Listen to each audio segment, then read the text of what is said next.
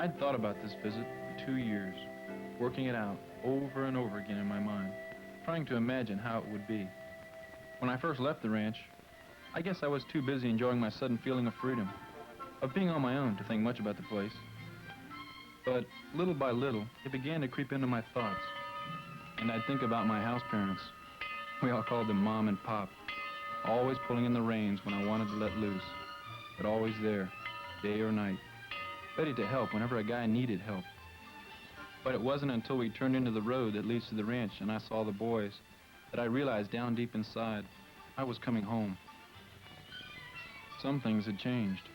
There were more cottages, new buildings, but as I watched the administrator, Mr. Weaver, in action, I knew that when you deal with boys, some things never change. It was good to be home again. It was lunchtime when I arrived, and Mr. Weaver hustled me off to the cafetorium, just like he thought I hadn't eaten a square meal since I left the ranch.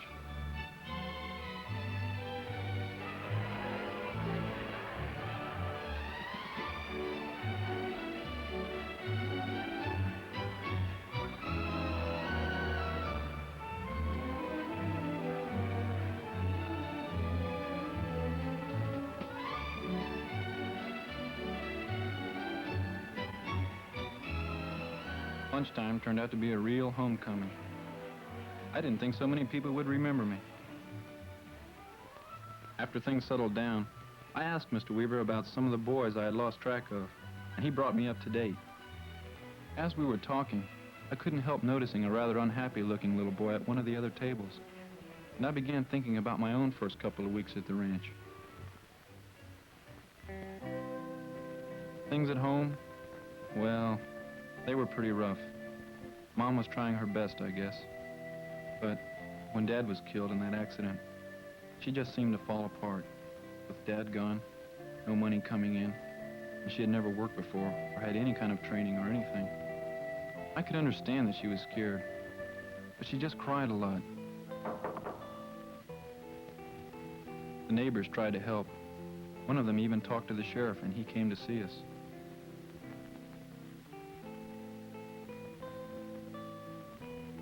He suggested that maybe I should go to the Florida Sheriff's Boys Ranch, for a while at least, until Mom could pull herself together and get on her feet. I didn't like the idea at first. Losing Dad that way had been rough. Anyway, with Dad gone, Mom was all I had left, and I didn't want to leave her. I knew she was, well, not herself, but underneath I knew she loved me. I just didn't want to be shipped off somewhere, to strangers. But the sheriff, he seemed to understand how I felt, and he talked to me about how I'd be living in a cottage with other boys and going to school, a regular school in town. He told me I would get a chance to go swimming and fishing, even horseback riding. I listened, and finally I agreed to go.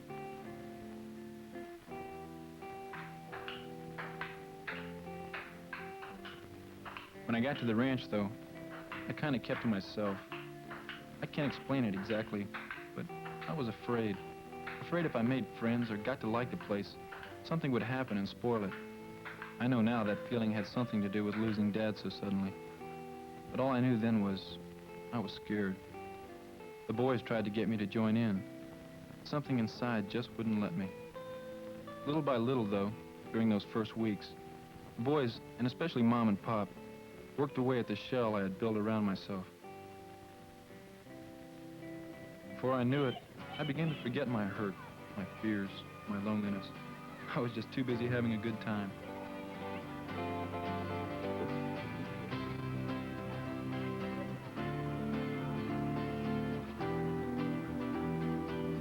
Of course, everything wasn't perfect after that. It only happens that way in the movies. There were times when the old hurts and fears would build up, or when some pressure from home would burden me down until I couldn't take it anymore, and I'd explode. But my explosions were always met patiently, with understanding. Oh, I was punished all right, but never in anger. And soon I began to understand, at least a little anyway, I didn't have to explode. Mr. Weaver had to attend some ranch business for a moment and told me to go ahead and he'd join me in a few minutes to show me around.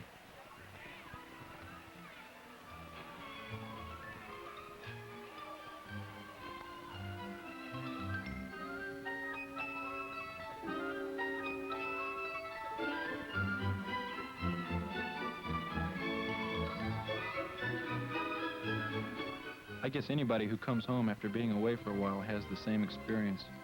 But wherever I turned, the memories seemed to flood back. I had gotten back late from football practice in town and found a letter waiting for me. It was from my mother, and I could tell from her handwriting as I opened it something was wrong. As I read it, my whole world seemed to crumble.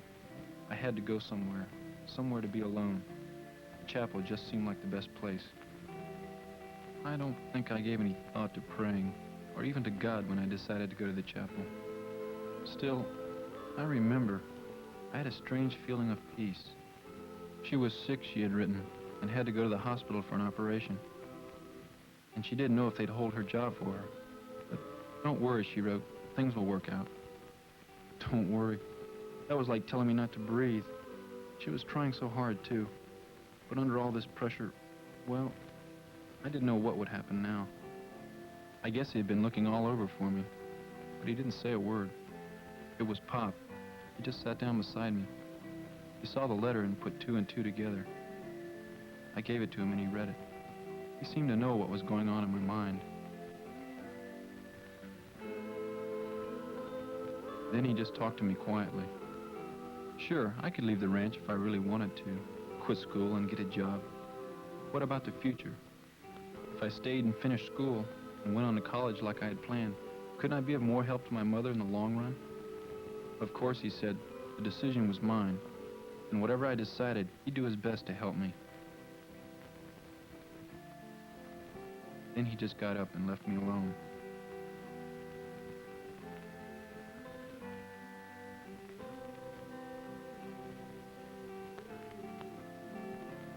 I sat there in the chapel for a while, and then, for the first time in my life, I think I prayed.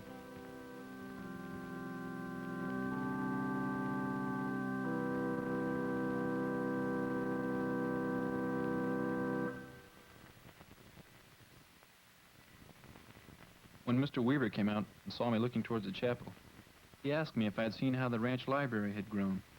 Like most of the buildings on the ranch, the chapel serves a double purpose. In the back, it houses the library, which had grown considerably since I was at the ranch. As I looked around at shelf after shelf of books, I found it hard to believe that such a library could have been built up completely through donations. But that was part of the miracle of the ranch.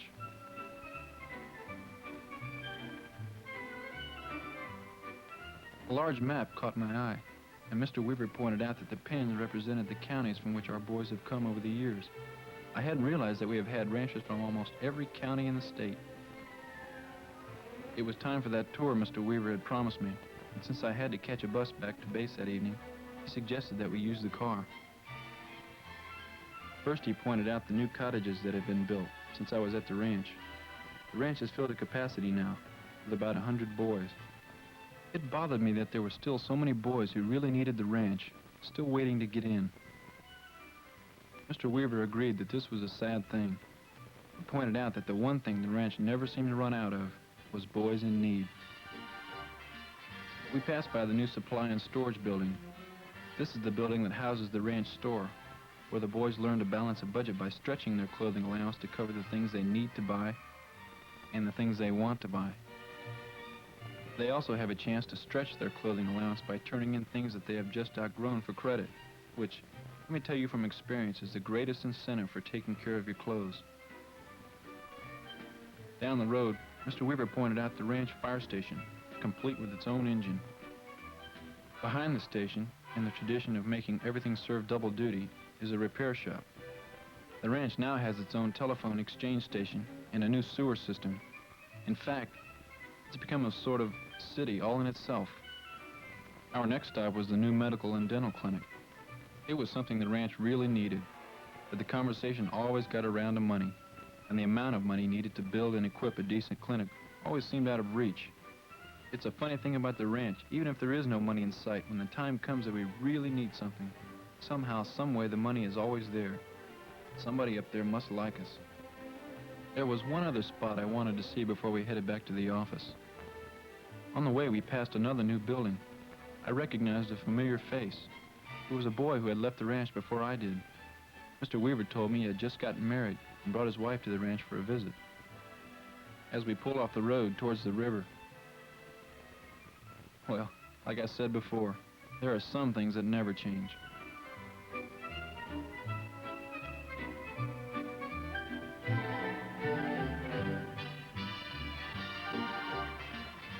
The good old Swanee, my favorite spot on the ranch. And judging from the activity down there today, in spite of the new swimming pool, it's still a favorite spot for most of the boys. Boy, the times we used to have. We were only supposed to swim in the river under supervision. But there were times when the weather turned warm, and in spite of the warnings from Mom and Pop that it wasn't swimming weather yet and we'd probably end up with pneumonia, we'd still sneak down to the river for a swim. Of course, we'd get caught and punished, but sometimes I think it was worth it.